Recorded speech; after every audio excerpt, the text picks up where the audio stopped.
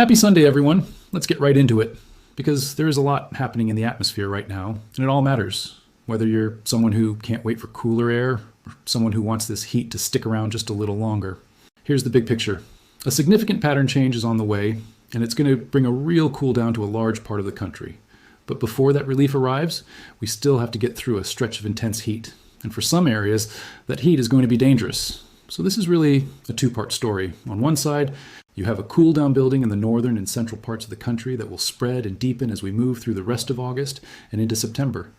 On the other side, you have a stubborn ridge of high pressure that is going to keep pumping extreme heat into the southern half of the country for a while longer, even as everyone around it starts to cool off. Let's start with the timeline, because that's really the key to understanding how this all unfolds. For the first half of this week, the cooler air begins to filter into the north central states, the upper Midwest, the Great Lakes, and the interior Northeast. But don't get too excited just yet, because even in those areas, the heat is going to try to reassert itself every single day.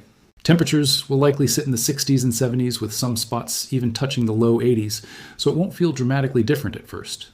Think of this as the leading edge of the change, rather than the change itself. The real shift comes as we move into the upcoming weekend and push into next week. That's when a noticeably cooler air mass moves in, and it's not just a one-day blip. This cooler pattern looks like it's going to hang around and then get reinforced again by another cold front the following weekend.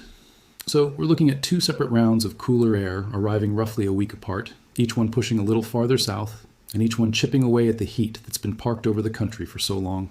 Now, while all this cooling is setting up across the northern and central tiers, the southern half of the country is going to be dealing with a very different story. The heat is going to persist there, especially across the south central states, and it's going to be relentless. Even as the rest of the country starts enjoying more comfortable conditions, the South is going to be stuck under a dome of high pressure that just doesn't want to budge. To explain why this is happening, it helps to talk a little bit about the large-scale pattern driving all of this. Right now, we're in what's called a negative phase of the Pacific North American pattern, or PNA for short. In this setup, you get a trough of low pressure out west, while a ridge of high pressure builds over the central and eastern United States. That ridge is exactly what's been driving the heat we've experienced recently. And it's why so many areas have been stuck in this hot, dry pattern for as long as they have. But this is starting to change.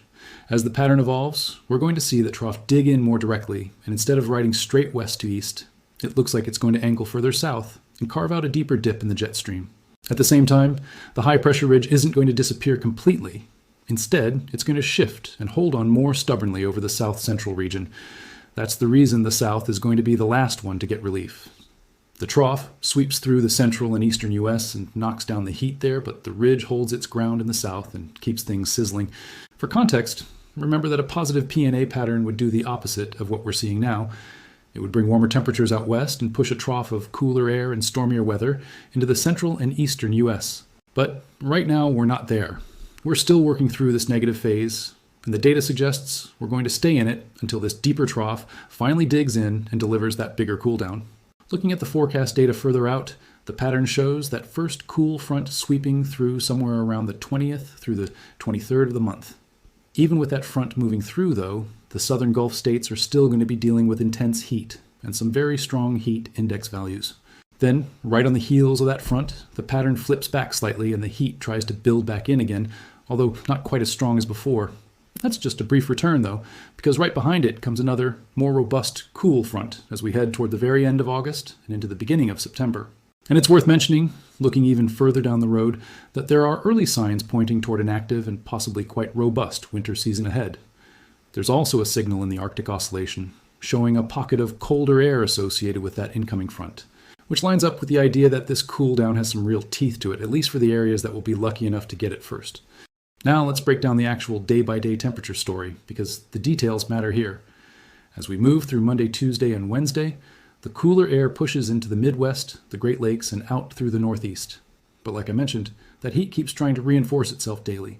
And by Thursday, the warmest air is really centered around the Ohio Valley and stretching into the Northeast. Meanwhile, across the Southwest, the South Central states, and the Southeast, high temperatures are expected to run well into the triple digits, with some spots seeing highs of 100 to 110 degrees. That's an intense, dangerous level of heat, and the heat index, or the feels-like temperature, is going to be even higher across the central and southern tier, especially with humidity factored in. As we move into the second half of the week, That cooling trend deepens across the central states, the Midwest, the Great Lakes, and the Northeast, with some areas even dropping into the 50s. That's a huge shift compared to what those regions have been dealing with. But even with that cooler air arriving, the southeastern part of the country is still going to be under strong heat index values because that ridge of high pressure is still doing its thing down there. Then we get to the following weekend and head toward the end of August. And this is where the cool down becomes much more widespread. Temperatures in the 40s and 50s spread into the northwest, and that cooler air also filters into the Midwest, the Great Lakes, and the Northeast, bringing highs mostly in the 60s and 70s for a lot of these areas. Unfortunately, though, the South and Southeast are still going to be stuck with triple-digit heat during the stretch. It really illustrates just how split this pattern is going to be, with one half of the country enjoying a real taste of fall-like air and the other half still sweating it out. Then, as we push into the beginning of September, the models are showing an even more impressive cool down, with temperatures dropping into the 40s, 50s, and 60s across a wide swath of the country. And daytime highs generally settling into the 60s for a lot of areas that have been baking under the summer heat. This looks like the strongest and most complete version of the cool down in the whole sequence, and it lines up with that deeper trough finally taking hold. Now, before we get to that relief, we have to talk about the heat risk this week because it is significant and it deserves real attention. Right now, and continuing through the week, there's a major to extreme heat risk across a large portion of the South and Southeast. When we talk about extreme heat risk, that specifically means overnight low temperatures aren't dropping enough to give people much relief, which is especially dangerous for anyone without reliable air conditioning, for the elderly, for young children, and for anyone working outdoors. This elevated risk is expected to persist essentially all week, continuing into the weekend. And unfortunately, it doesn't end there. As that first cool front pushes through the northern and central U.S., the southern half of the country is basically going to get left behind, baking under that same ridge of high pressure. The extreme heat risk zone is expected to expand and hold on through roughly the 23rd and 24th of the month, possibly stretching into the 25th. During this stretch, the high-pressure ridge parks itself over the south-central region and essentially traps that area in a heat bubble while everyone else starts to feel the benefits of the changing season. Making things worse, this extreme heat is coming along with a rapid increase in drought risk across a large area. States like Texas, Louisiana, Mississippi, Arkansas, Missouri, and Kansas are all seeing this combination of extreme heat and expanding drought conditions, and in some of these areas, particularly Oklahoma and Arkansas, there's also concern that ongoing drought conditions could persist or even get worse. When you combine extreme heat with a lack of rainfall like this, it creates a compounding problem, drying out soil, stressing agriculture, and increasing wildfire concerns in some areas. Eventually, as we move further into this transition period, the heat risk does start to ease from a high designation down to moderate, but that doesn't mean it goes away. It's expected to linger across the southern part of the country all the way through the 26th and 27th, even as the rest of the country is enjoying those cooler fronts moving through. Now let's shift gears and talk about the tropics, because as we move from August into September, this is peak time for hurricane season, and there are a few things worth watching closely.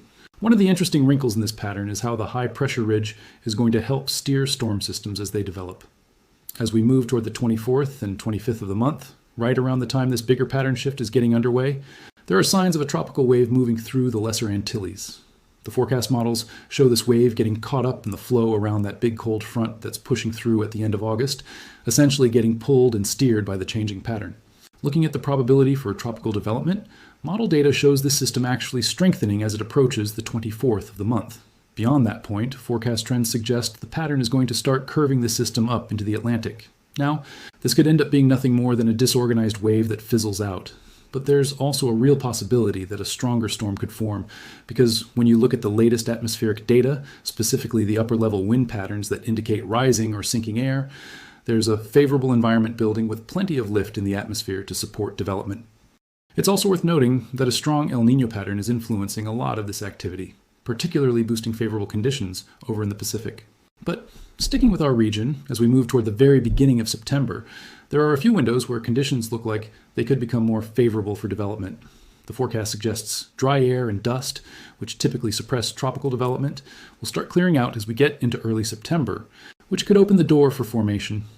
There's also a chance that another wave could come through around the middle of September, meaning the beginning and the tail end of September both look like key windows to watch for tropical activity.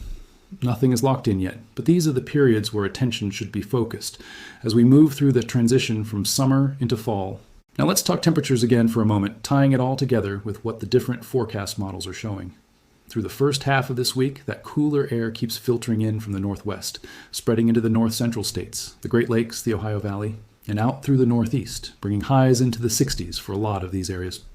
Meanwhile, the south-central states remain locked in the 80s, and multiple forecast models, including both the American and European guidance, are showing strong agreement on this split pattern, which gives a good amount of confidence in how this plays out.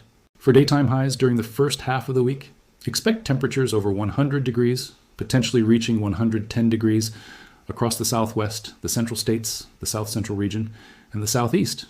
And once you factor in humidity, the heat index values, meaning how hot it actually feels on your skin, are going to be dangerously high across the central, southern, and southeastern parts of the country. Again, multiple models are trending in agreement on this, which reinforces just how significant this heat wave is going to be. Moving into the second half of the week, temperatures drop even further across the central states, the Midwest, the Great Lakes, Ohio Valley, and Northeast, with some areas dipping into the 50s.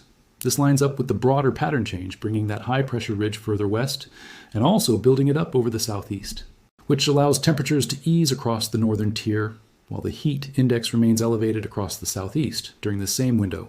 As we approach the end of August, that cooler air spreads even further, bringing 40s and 50s into the northwest, along with cooler 50s and 60s spreading into the Midwest, the Great Lakes, and the Northeast.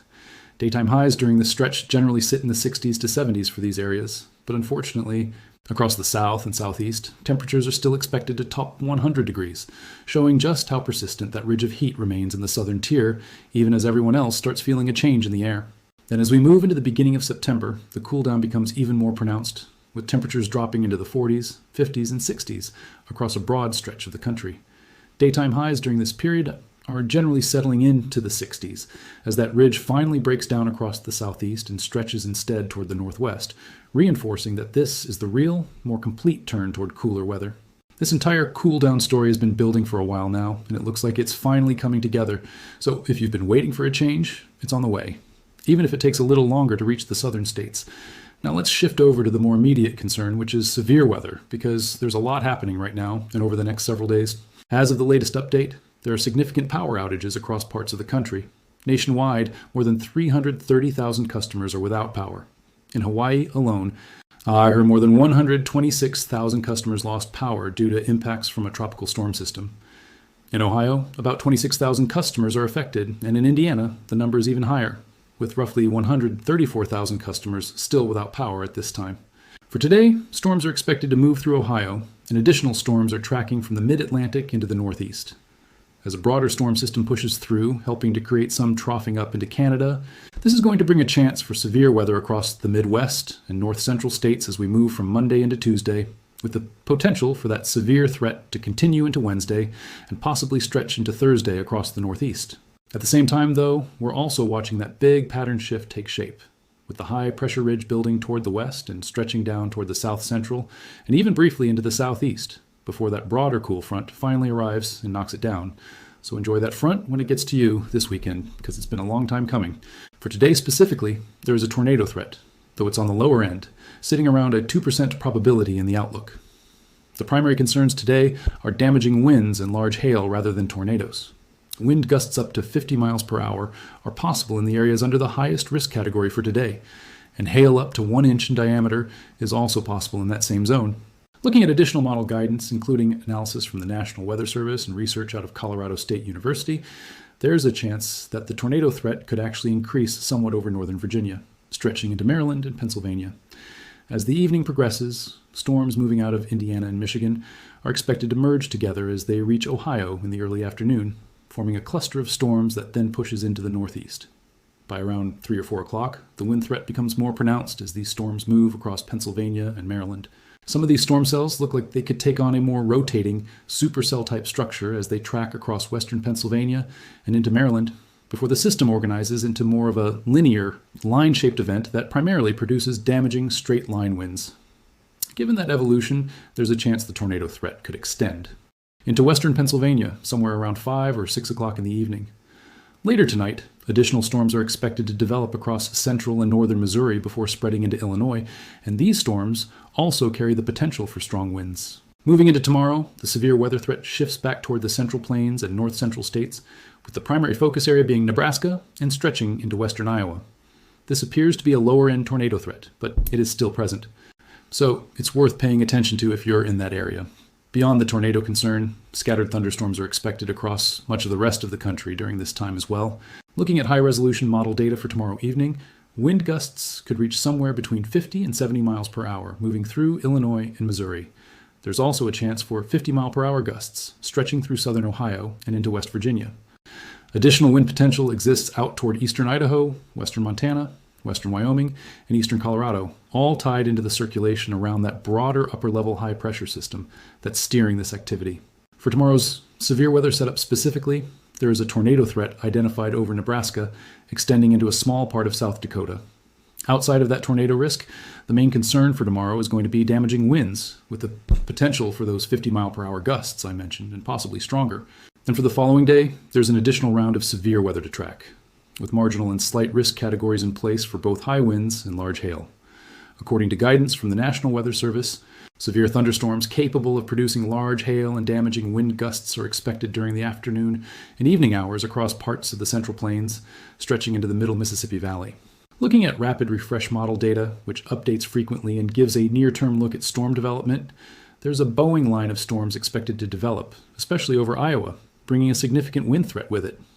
This feature is expected to track from South Dakota into Iowa and also affect southern Wisconsin, though the strongest impacts look to be centered over Iowa and Illinois. Additional data from Colorado State University suggests this threat could also get upgraded over Nebraska. And interestingly, there's also a signal for severe weather potential over in the southeast around this same time. This entire pattern of severe weather is expected to linger into the following 2 days as well. So it's not just a one-day event, it's a multi-day stretch of active weather across a wide portion of the country. So, to bring it all together, here's where things stand.